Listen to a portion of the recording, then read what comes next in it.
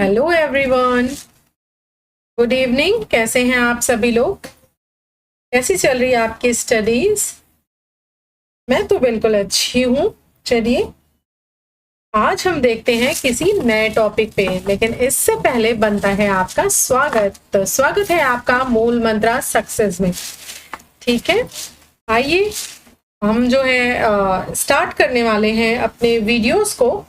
तब तक मैं बस मुझे कुछ सेकंड्स दे दीजिए, मैं इस माइक को जो है लगा लेती हूँ, फिर आपके साथ टॉपिक को स्टार्ट करती हूँ। तब तक आप जो है मेरे चैनल को सब्सक्राइब कर लीजिए। अगर पसंद आएगा वीडियो देखने के बाद तो लाइक कर लीजिएगा और शेयर कर दीजिएगा अपने फ्रेंड्स के साथ। तो आइए जो है चलिए स्टार्ट करते हैं अपने टॉपिक को।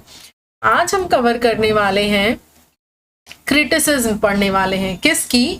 विलियम वर्ड्सवर्थ की। देखिए हर राइटर के बारे में जो है, जो भी फेमस राइटर हैं, अच्छे राइटर हैं या वैसे भी, तो कोई ना कोई क्रिटिसिज्म आपको मिल ही जाएगी। और उसमें से भी अगर किसी फेमस राइटर ने किसी फेमस राइटर के ऊपर कमेंट किया है तो वो बहुत ज़्यादा इम्पोर्टेंट हो जाता है।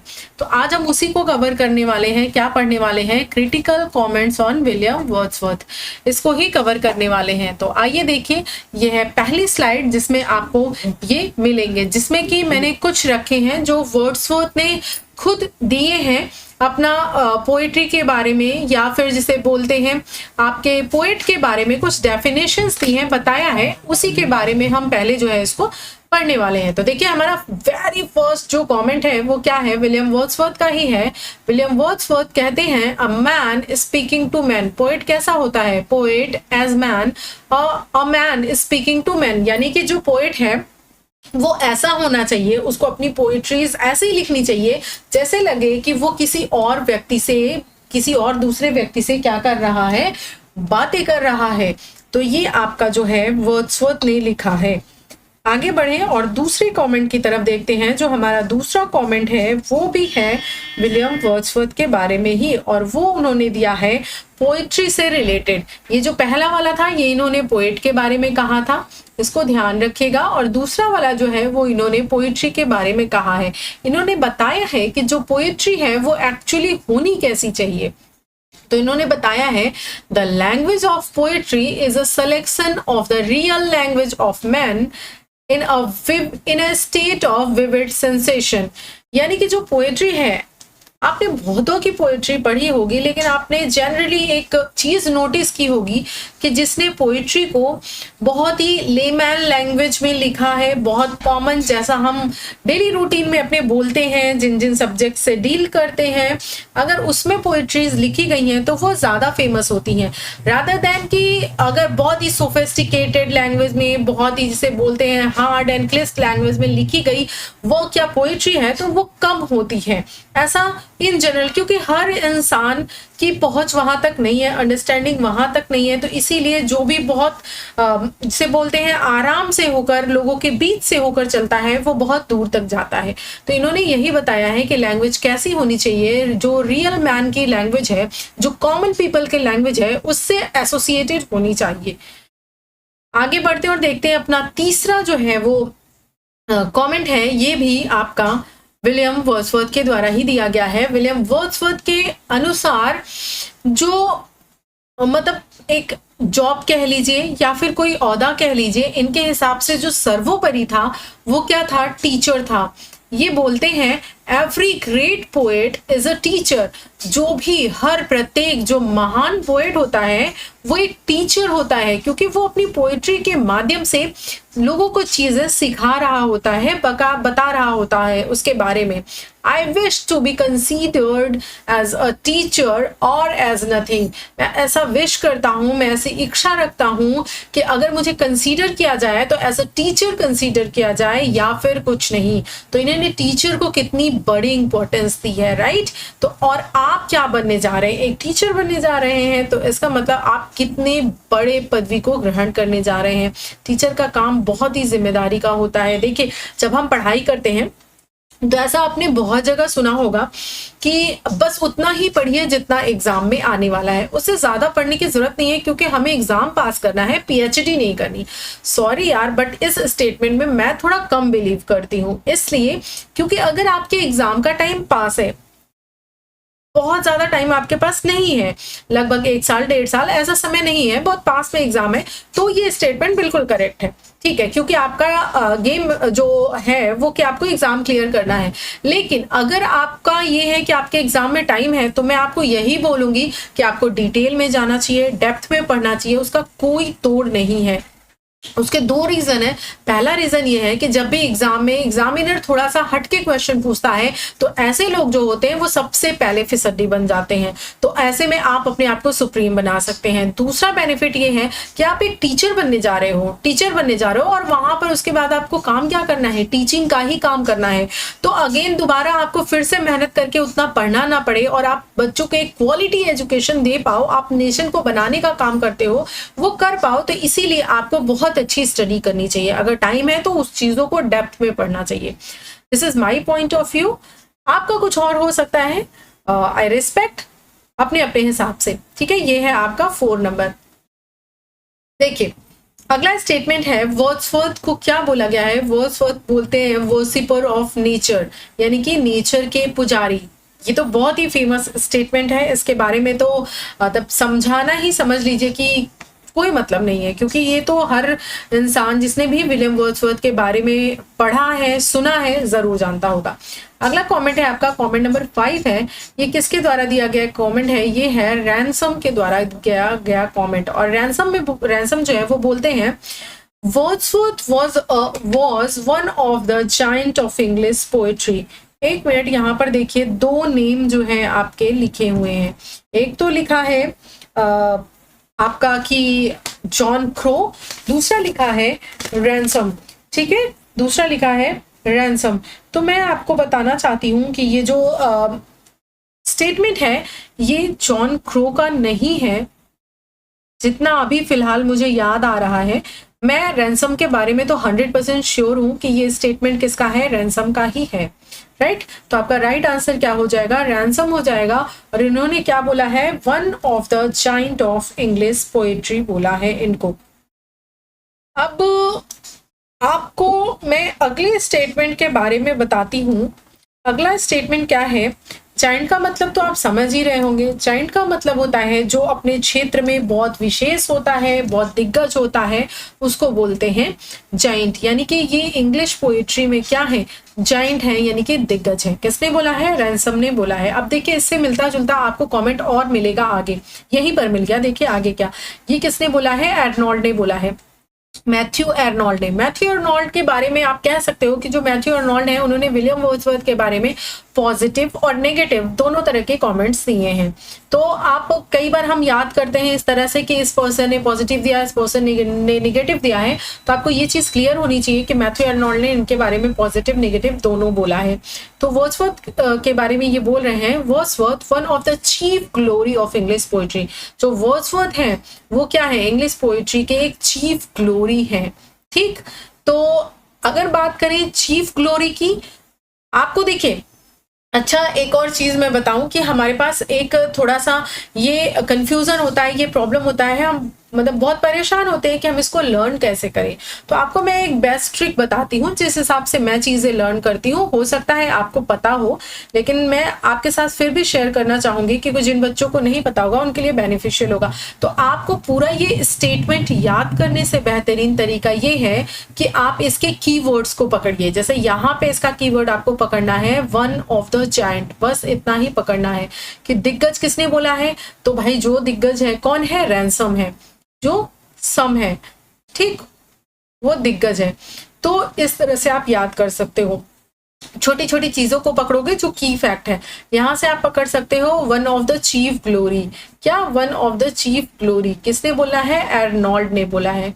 ठीक, इस तरीके से आपको कीवर्ड्स पकड़ने हैं, पूरी लाइन नहीं रटनी है। और अभी तो ये आपको लग रहा होगा कि इतनी सी क्या है, याद कर सकते हैं, ये छोटी लाइन है इसलिए आपको लग रहा है। कई बार बहुत बड़ी बड़ी लाइन आती हैं और जो हम प्ले पढ़ते हैं, चाहे विलियम शेक्सपियर के प्ले पढ़ें या किसी के भी प्ले पढ़ें, तो हमको उसमें लाइन्स मिलती हैं याद करने के लिए। तो कई बार काफ़ी कठिन और काफ़ी बड़ी लाइन्स होती हैं, तो उसको पूरा याद करने से बढ़िया जब आप इस ट्रिक से याद करोगे कि उसके कीवर्ड को पकड़ोगे, तो वो आपको एग्जाम में डेफिनेटली हिंट कर जाएगा, याद आ जाएगा, क्योंकि कीवर्ड तो जरूर होगा एग्जाम में। तो आप इसको इस तरह से अपना टाइम भी सेव कर सकते हो, एनर्जी भी सेव कर सकते हो और आराम से लर्न भी कर सकते हो। अब बढ़ते हैं हम किसकी तरफ, अब हम आते हैं शैली महोदय की तरफ। शैली जी क्या बोलते हैं, शैली की स्पेलिंग तो पहले यहाँ पर थोड़ा सा गलत टाइप है, इसको आप सही कर लोगे। मैं कर देती हूँ, यहाँ पर आपका होना चाहिए ई, ठीक है। तो शैली बोलते हैं Wordsworth was hardly a man, ये हार्डली एक व्यक्ति थे, एक मनुष्य थे, बट अ वॉन्डरिंग स्पिरिट, ये क्या है, with strange adventure and no end to them. ये क्या है, इनको अब आपको यहां से क्या याद करना है, इस पूरी कोटेशन को रटने नहीं बैठ जाना, बस आपको एक कीवर्ड उठाना है कि अ वॉन्डरिंग स्पिरिट, बस इतना सा, बाकी हमारे किसी काम का नहीं है। अगर भाई मैच कर रहे हैं स्टेटमेंट्स बहुत ज्यादा किसी से, तो फिर और वर्ड्स ले सकते हैं, अदरवाइज आपको बस इतना याद रखना है कि अ वॉन्डरिंग स्पिरिट यानी कि घुमक्कड़, इधर उधर भटकने वाली आत्मा, स्पिरिट जो है वो किसने कहा है, तो वो बोला है शैली ने बोला है। बस इतने से आप इस पूरी कोटेशन को याद कर सकते हो। अगला है इमर्सन। इमर्सन ने ये डायरेक्टली जो है वो विलियम वर्ड्सवर्थ के बारे में तो नहीं कहा है, लेकिन विलियम वर्ड्सवर्थ के बहुत ही फेमस वर्क इमॉर्टैलिटी ओड के बारे में स्टेटमेंट दिया है कि immortality ode the high water mark of poetry, यानी कि पोइट्री का हाई वाटर मार्क है, हाई निशान है, जिसे आप बोल सकते हो कि एक इसमें क्या बोल सकते हैं इसके लिए एग्जैक्ट वर्ड मैं मिस कर रही हूँ। हाई वाटर मार्क जिसे बोलते नहीं है कि कोई चिन्ह, कोई सिंबल, हाँ उस टाइप से है, ठीक। तो आपको यहाँ पे क्या पिक करना है, यहाँ पर आपको पिक करना है हाई वाटर मार्क। क्या पिक करना है, हाई वाटर मार्क। किसने बोला है, इमर्सन ने बोला है। आगे देखिए अ मोरल इनंज, ये भी बहुत ज्यादा जो फेमस जिसे आप बोलते हो स्टेटमेंट है, ये किसने बोला है, यहाँ पर ये भी थोड़ा सा टाइप है तो मैं इसको काटूंगी नहीं। अ मोरल इनंज वर्ड्सवर्थ, ये किसने बोला है, मैं यहाँ पे लिख देती हूँ, तो ये बोला है आपका शैली महोदय ने, ठीक है। यानी शैली का बहुत ही पॉजिटिव कमेंट हम नहीं कह सकते हैं, शैली ने इनको वॉन्डरिंग स्पिरिट बोला है और साथ ही साथ मोरल इनंज बोला है, ठीक। आगे बढ़े और देखते हैं अपना अगला जो कमेंट है वो क्या है, वो एर्नोल्ड का है, मैथ्यू एर्नोल्ड का है। मैथ्यू एर्नोल्ड बोलते हैं, ये इनका देखिए थोड़ा सा नेगेटिव कमेंट हम कह सकते हैं। Wordsworth had no marked style of his own, यानी उनकी खुद की कोई अपनाई हुई कोई मार्क्ड जो स्टाइल है वो नहीं है। When he seeks to have a style he falls into ponderosity and pomposity. अब देखिए यहाँ पर कौन कौन से कीवर्ड्स आप पिक कर सकते हो, आप मुझे बताओ फटाफट से, चलिए चलिए बताइए, आई एम वेटिंग।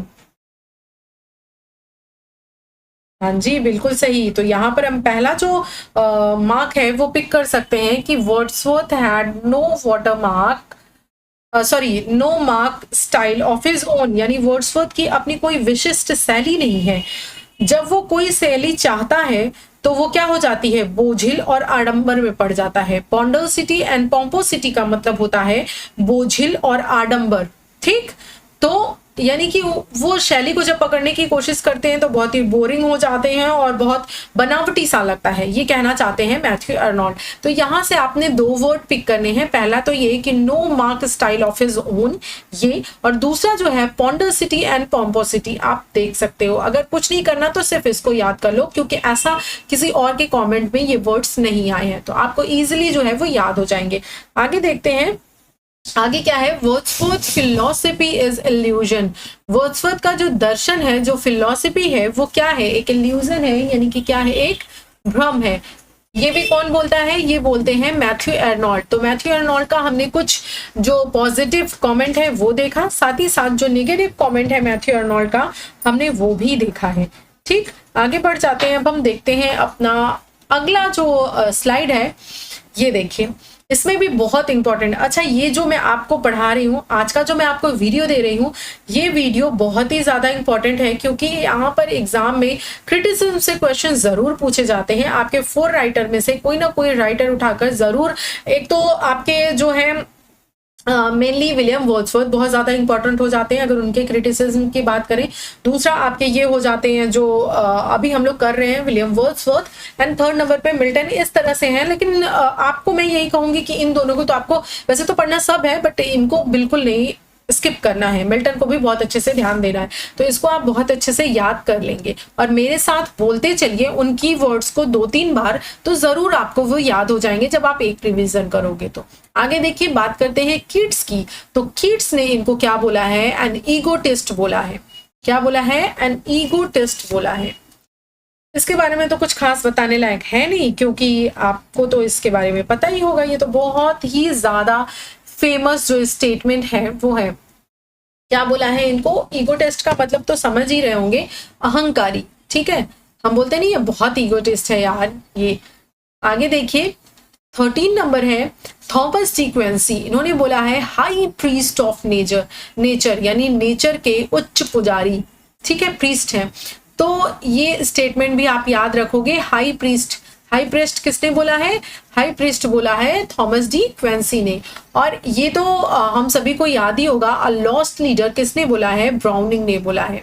किसने बोला है? ब्राउनिंग ने बोला है अ लॉस्ट लीडर, खोया हुआ लीडर। आगे देखिए, ब्राउनिंग का ही लॉस्ट लीडर जो वर्क है इनका, लॉस्ट लीडर से ही ये लाइन है, just for handful of silver he left us just for a ribbon to stick his coat in his coat। ये एक्चुअली किस लिए है? ये इनको जो, अच्छा चलिए जब मैं आपको ये पोयम पूरी पढ़ाऊंगी तो बताऊंगी। यहाँ पर थोड़ा सा मैं आपको बता सकती हूँ कि हिंट दे सकती हूँ कि उनको जो मिलने वाला था पदवी और उसमें पैसे, वो पहले उन्होंने मना कर दिया था, लेकिन बाद में फिर उन्होंने एक्सेप्ट कर लिया। तो उसी पे वो कटाक्ष करते हैं कि just for a handful of silver, थोड़े से पैसों के लिए, थोड़े से सिल्वर्स के लिए, ही लेफ्ट अस, उन्होंने हमें छोड़ दिया, just for a ribbon to stick in his coat, अपने कोट में सिर्फ उस रिबन को, उस औहदे को चिपकाने के लिए, स्टिक करने के लिए। तो ये किसने बोला है? रॉबर्ट ब्राउनिंग का कमेंट है, बहुत ही फेमस है, आप ध्यान रखोगे। नेक्स्ट देखिए, ये तो भैया बहुत ही भयंकर है, टेंशन हमेशा टेंशन ही देते हैं। इस तरह से हम याद रखेंगे। किसको देते हैं टेंशन? राइटर्स को टेंशन देते हैं। तो इन्होंने क्या टेंशन दिया? इन्होंने बोला कि वर्ड्सवर्थ अटर्ड नथिंग बेस, यानी कि वर्ड्सवर्थ ने भैया कुछ भी, जिसे बोलते हैं कि बेस वाला, कुछ भी अच्छा जो है वो बोला ही नहीं है। ठीक, यानी बहुत ही घटिया बोला है उन्होंने। टेंसन ने जो कहा कि वर्ड्सवर्थ ने जो भी बोला है, जो भी लिखा है, वो क्या बोला है? वो बहुत ही घटिया बोला है। आगे बढ़े, अटर्ड नथिंग बेस, ये आप ध्यान रखोगे। किसने बोला है भैया? टेंशन देने वाले टेनेशन ने बोला है। टी.एस. एलियट का कमेंट पढ़ते हैं।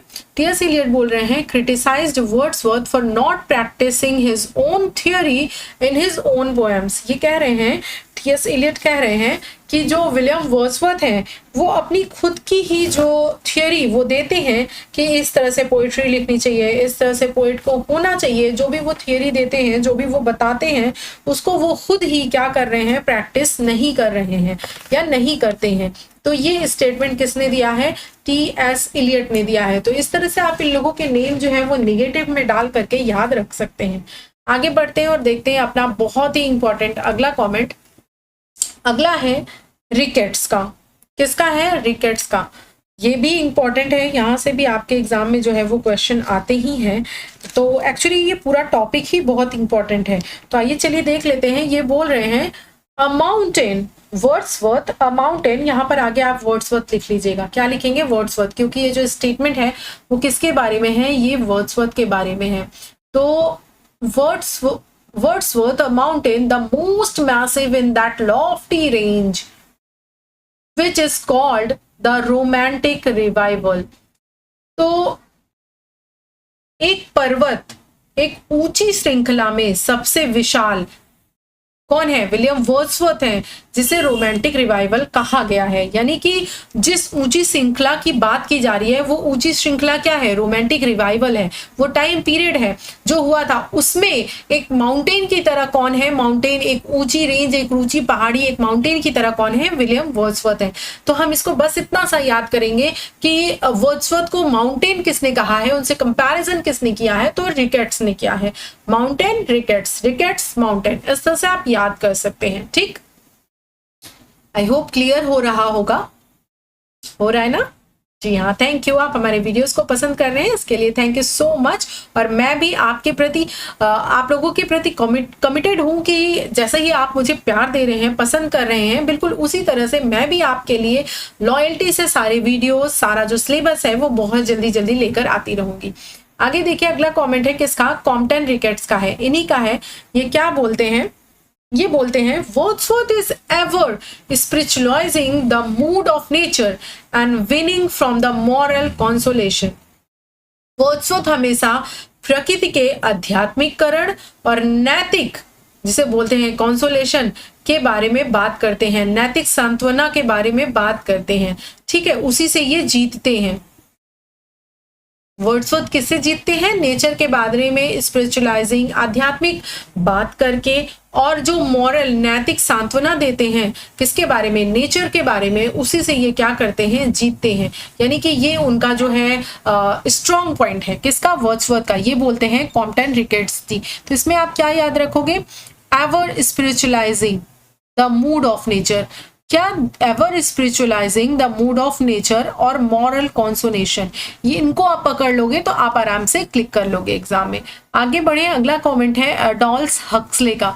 ये बोलते हैं Wordsworth had no stayed out of the lake district. Wordsworth जो है, पहले पूरा पढ़ लेते हैं, and so never had the chance coming across nature red and tooth claw। ये तो बहुत इजी है याद करना, बस आपको इसी को पकड़ना है। क्या, दांतों में लाल पंजा, रेड एंड टूथ क्लॉ, बस आपने इसको याद कर लिया तो इससे आप पकड़ लोगे कि ये किसका स्टेटमेंट है, अडोल्फ हक्सले का है। वर्ड्सवर्थ ने कभी एक अलग क्षेत्र रखा था, ठीक, और इसीलिए उसे कभी भी प्रकृति से मिलने का मौका नहीं मिला। ये कहते हैं जैसे कि वर्ड्सवर्थ को हम नेचर के बारे में जानते हैं ना, नेचर पोएट के बारे में जानते हैं, तो वर्ड्सवर्थ कहा जाता है कि नेचर के आसपास ही रहते थे, लेकिन ये क्या बोल रहे हैं कि ये वहां से कभी बाहर रहे ही नहीं, लेक डिस्ट्रिक्ट से, और ये इनको कभी चांस मिला ही नहीं नेचर के आसपास आने का, नेचर के साथ रहने का। ठीक, वहां मौका मिला ही नहीं इनको प्रकृति के साथ समय बिताने का, तो इसीलिए इन्होंने क्या बोला है कि red and tooth claw. Adolf Huxley का ये स्टेटमेंट है। आगे देखिए, हिस्टोरियन ऑफ वर्ड्सवर्थ, इसमें तो कुछ बताने जैसा है ही नहीं कि वर्ड्सवर्थ का इतिहासकार बोला है इन्होंने, किसने बोला है, लॉवेल ने बोला है। तो इसको आप पिक कर लोगे, हिस्टोरियन ऑफ वर्ड्सवर्थ। आइए देखिए, मैंने आपके लिए कितना अच्छा कलेक्शन बनाया है ना। आपको बार बार क्रिटिसिज्म जाकर कहीं किसी बुक से, चैनल से बार बार थोड़े थोड़े इकट्ठा करने पड़ते हैं, लेकिन यहाँ पर मैंने मैक्सिमम जितने भी एग्जाम में पूछे गए हैं, जो भी इंपॉर्टेंट है, जो भी मुझे अच्छे लगे, जो मेरे पास नोट्स में मैंने अपने बनाए हैं, वो चीजें मैं आपको प्रोवाइड करा रही हूँ। ये इतने मटेरियल आपको मतलब पेड में ही मिल सकता है, मुझे जहां तक लगता है। लोग देते हैं, डेफिनेटली देते हैं, लेकिन इतने ज्यादा नहीं देते। कुछ कमेंट्स बता दिए फिर आगे बढ़ जाते हैं, लेकिन मैं आपको यहाँ पर जितने हो सकते हैं मैक्सिमम जो इंपॉर्टेंट है, जो पूछे जाते हैं, वो सारे आपके साथ शेयर कर रही हूँ। आगे देखिए, विलियम जे लॉन्ग का स्टेटमेंट है। विलियम जे लॉन्ग बोलते हैं कि Wordsworth has not only site but insight. कौन बोलता है, लॉन्ग बोलते हैं, जिनकी कि आप हिस्ट्री ऑफ इंग्लिश लिटरेचर भी पढ़ते हो। ये बोलते हैं कि वर्ड्सवर्थ के पास ना केवल दृष्टि है बल्कि अंतर्दृष्टि भी है, यानी उनके पास इनसाइट है, वो चीजों को और बेहतरीन तरीके से देख सकते हैं। हमने भी रेनबोज देखे हैं, देखा है ना आपने, हमने भी पेड़ देखे हैं, हमने भी पौधे देखे हैं, लेकिन क्या हमने उस तरीके से देखा है जैसे विलियम वर्ड्सवर्थ ने देखा है, जिस तरह से उन्होंने डिफाइन किया है? तो ये इस बात का प्रूफ है कि उनके अंदर इनसाइट भी है, एक अंतर्दृष्टि भी है, वो चीजों को अलग नजरिए से बेहतरीन तरीके से देख सकते हैं। किसका कमेंट है, विलियम जे लॉन्ग का है। आगे देखिए, अगला कमेंट है विलियम जे लॉन्ग का ही ये कह रहे हैं, Wordsworth is the greatest poet of nature that our literature has produced. यहाँ से आप पकड़ोगे आवर लिटरेचर हैज प्रोड्यूस्ड, किसने बोला है? विलियम जे लॉन्ग ने बोला है। ये कह रहे हैं कि अभी तक हमारे लिटरेचर ने अभी तक जो भी पोएट प्रोड्यूस किए हैं उनमें से सबसे ग्रेटेस्ट, सबसे बेहतरीन नेचर पोएट कोई है तो वो कौन है? विलियम वर्ड्सवर्थ है। यानी नेचर के बारे में इन्होंने ही सबसे बेहतरीन चीजें लिखी हैं और प्रेजेंट की हैं। क्लियर हो रहा है ना? Okay nice. और जिसको क्लियर नहीं हो रहा है, कोई कंफ्यूजन है, नीचे आप कमेंट कर लीजिएगा। और अभी तक तो मुझे लगता है आपको समझ में आ गया होगा कि मेरा वे ऑफ टीचिंग क्या है, आपको चीजें समझ में आ रही है मेरे समझाने पे या नहीं, आप कैच कर रहे हो या नहीं। और अगर आप अभी तक बने हो तो मुझे लग रहा है शायद आपको समझ में आ रहा होगा। तो अगर आ रहा है तो प्लीज सब्सक्राइब कर लीजिए चैनल को, ताकि जो है आप हमारी फैमिली का पार्ट बन पाइए और पूरा जो हम कोर्स कराने वाले हैं उसका लाभ उठा सकिए। आगे देखिए 24 नंबर है। ये भी विलियम, ये तो हमने पढ़ लिया ना? नहीं पढ़ा। विलियम जे लॉन्ग का ही है, Wordsworth is not always melodious, that he is seldom graceful and occasionally inspired. क्या बोला इन्होंने? इन्होंने बोला है कि वर्ड्सवर्थ हमेशा मेलोडियस, मधुर ही नहीं होते हैं, वे कभी कभार सुंदर होते हैं।